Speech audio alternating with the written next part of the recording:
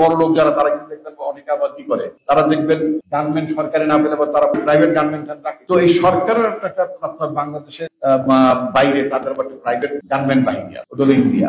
ওই ইন্ডিয়া এই সরকারকে রাখে। কেন ইন্ডিয়া এই সরকারকে রাখে? কারণ ইন্ডিয়াকে তো দিয়ে থুয়ে খায় এইসব। ইন্ডিয়া যখন বলে তুমি ভোটে পাস করো নাই, জনগণ তোমাকে চায় না, তোমার বিরুদ্ধে অনেক অভিযোগ, গণতন্ত্র দাও না, মানবাধিকার হরণ করো, তোমাকে কেউ পছন্দ করে না, তারপরে তুমি বলতেছো তোমাকে রাখতে হবে, ক্ষমতায় রাখতে হবে।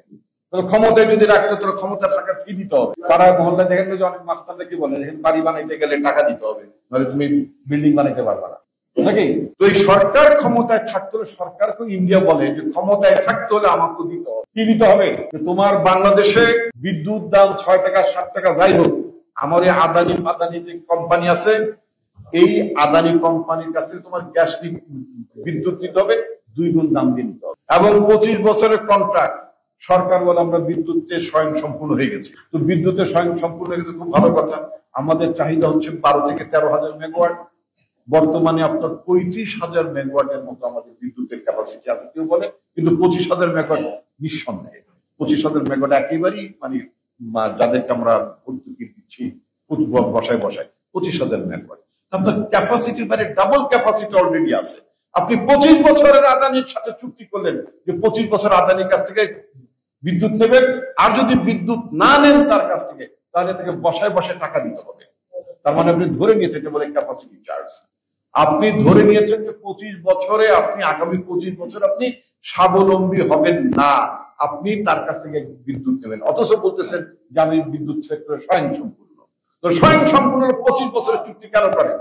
25 বছরের চুক্তি যখন করেন, তার মানে হচ্ছে 25 বছর ধরে বাংলাদেশের জনগণের টাকা ইন্ডিয়ান কোম্পানিকে দিতে হবে। 2 জন ব্যক্তির সম্পর্কে একই হেডিং হলো যে বেনজিরের ঘরে আলাদিনের চারাক আর এস আলমের ঘরে আলাদিনের চারাক। বাংলায় ডেইলি স্টার এস আলমকে ইংরেজিতে করেছিল S Aladdin lamp, Kaler Kantho করলো যে বেনজিরের ঘরে আলাদিনের চারাক। চারাক তো 2 ঘরেই ছিল, একটা বেনজিরের ঘরে আর একটা ছিল এস আলমের ঘরে। এক চারাক মোটামুটি দুদক যে এক চারাককে ফুটিয়ে নিবাই দিল, কিন্তু আরেক চারাকের কাছে যায়। বেনজিরের ব্যাপারে তদন্ত হচ্ছে, কারণ ওরে দিয়ে তো তার কাম কাজ করা দরকার, কোন যা কিছু করানো দরকার, ওটার কাম শেষ, এখন ওটা বলির পাঠা। কিন্তু এস আলাদিনের সাথে তো আবার কানেকশন আছে সরকারের। আমরা সেটাই জানতে চাই যে কেন এস আলমকে কেন ধরা হচ্ছে না। যদি এস আলমকে যদি ধরা না হয়, জনগণ যা মনে করা, জনগণ তো মনে করে এখানে নানান ধরনের লোকজনের, অর্থাৎ সরকারের অনেকের ঊর্ধ্বতন যারা, আমি কারোর নামটা বলতে চাই, কিন্তু এই কারণে জনগণের সন্দেহ হয় এস আলম, চট্টগ্রামে এস আলমের টিকিটটা কেন সরকার ছোঁয় না, পারে না তা না, ছোঁয় না। কারণ একদিনে 6টা ব্যাংকের ডাইরেক্টর বদলে, মাফিয়া, ইট ওয়াজ আ মাফিয়া স্টাইল।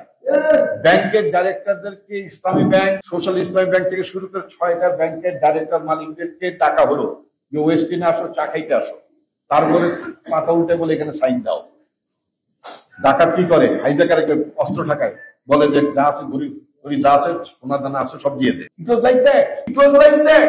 স্ট্রেট 6টা ব্যাংকের মালিকদেরকে ডেকে বললো উল্টা পিঠে সাইন করো, উল্টা পিঠে সাইন করলো, এক রাত্রে সব মালিক হয়ে গেল এস আলম। বাংলাদেশের টোটাল ব্যাংকিং অর্থনীতির একটা বড় অংশ কন্ট্রোল করে এস আলম। বিপজ্জনক অবস্থা। ভারসাম্য বলে একটা ব্যাপার থাকে যে আপনি এই ব্যাংক ক্ষতিগ্রস্ত, তার একটা ব্যাংক ভালো থাকবে। সমস্ত বড় ইসলামী ব্যাংকের মধ্যে এত বড় একটা ভাইব্রেন্ট ব্যাংক, সেই ব্যাংকটা এখন একেবারে আতুল ল্যাংড়া খোরা হয়ে এখন মানে অন্ধ প্রতিবন্ধী হয়ে গেছে, মানে ইসলামী ব্যাংক। তো এটা কেন কারা করলো?